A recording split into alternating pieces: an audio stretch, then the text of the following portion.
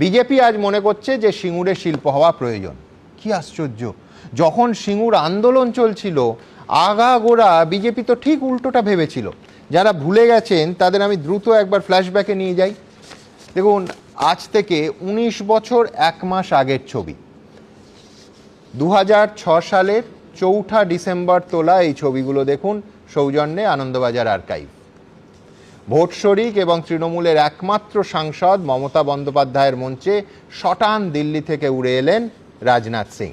তখন তিনি দিল্লির বিজেপির সর্বভারতীয় সভাপতি, মানে দলের সর্বোচ্চ পদে আসীন। ঘোষণা করেছিলেন যে সিঙ্গুর ইস্যুতে বিজেপি মমতা বন্দ্যোপাধ্যায়ের পাশে আছে। শুধু আনন্দবাজার পত্রিকার এই ছবি নয়, এবার দেখে নেব এবিপি আনন্দের আর্কাইভে ঠিক কি বলেছিলেন সেদিন রাজনাথ সিং। सुश्री ममता बनर्जी हमारी एनडीए की एलआई है। भारतीय जनता पार्टी पश्चिमी बंगाल में ममता बनर्जी के साथ है। অর্থাৎ আমার পরবর্তী বক্তা কেয়ার কাছে আমার প্রশ্ন থাকবে যে সিঙ্গুর আন্দোলনে যদি ভুল হয়, অন্যায় হয়, অর্থাৎ এখন রাজ্য বিজেপি যা বলছে তার দায় কিন্তু সমানভাবে বিজেপিরও।